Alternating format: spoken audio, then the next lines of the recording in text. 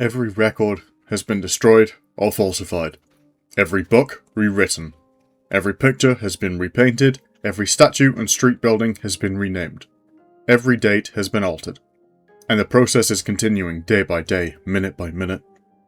History has stopped. Nothing exists except the endless present in which the party is always right. These are the words written by George Orwell in his book 1984, one of the world's most impactful and misunderstood books of all time. However, this description can also be said about his other work, Animal Farm. Animal Farm, put simply, is a story about how a group of animals cause a communist-like revolution against their human oppressors, in which they take control of their products and are paid what they are due. However, during this revolution, the pigs take over as the leaders and managers, eventually becoming the oppressors once again, until the pigs are indistinguishable from the humans they originally overthrew. In 2026, the new film adaptation of Animal Farm hit the cinemas like a sloppy wet shit hits an Instagram influencer's face when they go on holiday to Dubai. This film is considered by all who watch it to be a complete bastardization of the original works and is a complete flop on all levels. However, what I present to you today is not a review of the Seth Rogen funny fart film, but an ironically Orwellian conspiracy about the reasoning for this film's existence. Animal Farm 2026 has thrown all of the original concepts of the book, like the evils of capitalism and how a well-meaning revolution can be co-opted by bad actors, like the rise of the USSR which the book was based on, and threw all of it straight out the window, creating a shallow, purposeless film about how in general capitalism is good, the current system works, but some people take advantage of it. It attempts to show the audience, the children, that the current status quo is good for you, and it only doesn't work because some people are greedy. Aww. It also tries to persuade you that anyone promising you a better future is lying and using you for profit, which, is kind of true.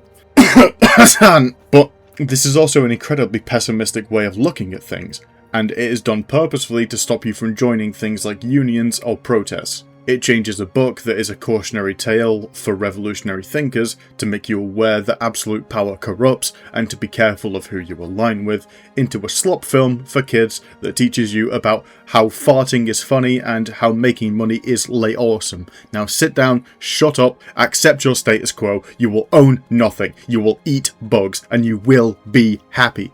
Now, generally speaking, this could be interpreted as incompetence from filmmakers instead of malice. However, this film was in production hell for an incredibly long time, presumably because the smarter companies knew that this was going to be a huge waste of money.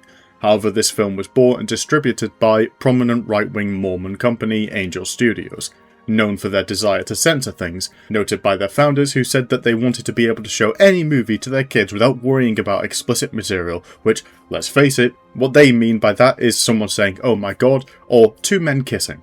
Angel Studios is similar to the Daily Wire, where it has no intent on making money, rather creating propaganda for an increasingly nationalist American right. They have a million different shitty Christian and American propaganda shows, and is currently in the process of making films about George Washington and the Cold War, which I'm sure will be completely true stories with zero edits about the dogshit things their favourite country did during these times.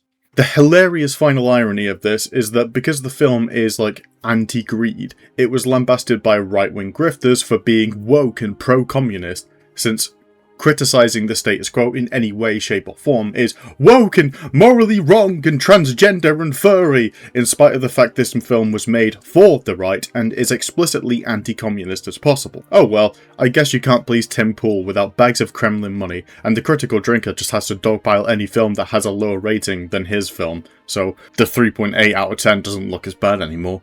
As the beginning of this video implies, I think this version of Animal Farm was foretold in 1984.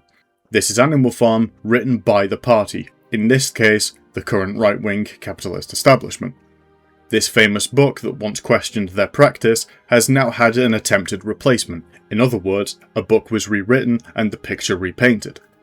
The party has attempted to show us that nothing exists except an endless present where capitalism has always been right. It attempted to tell us that Orwell was pro-capitalism and anti-communism. It attempted to tell us an incorrect version of the story and tried to gaslight us into thinking we misunderstood the original text. However, we knew better. It is a well-known phenomenon that film and TV adaptations of books or comics will become the quintessential way of viewing that property, and in my opinion, this film was intended to be no different. A bastardized, watered down, and sometimes outright incorrect version, with all of Orwell's wrong speak and wrong think corrected to suit the current party's agenda. They attempted to change his words. They attempted to retcon history in the same way Winston does in The Ministry of Truth. However, they failed. One key tool we have that they didn't in 1984 was the access of information that we have via the internet, a tool in which even the weakest, poorest man still has a voice. Through these voices, we kept Orwell's original intentions documented, traceable, studyable, and concrete.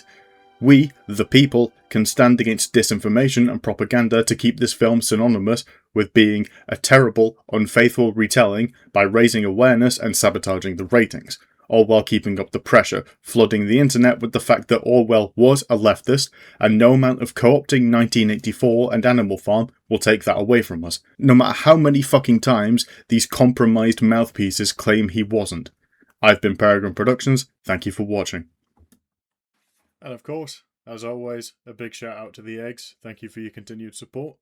Cameron Wilson fan, Cherry Balls, God Noodles, Lord Gracchos, Persistent, Despair, Brian, and Zoe. Thank you.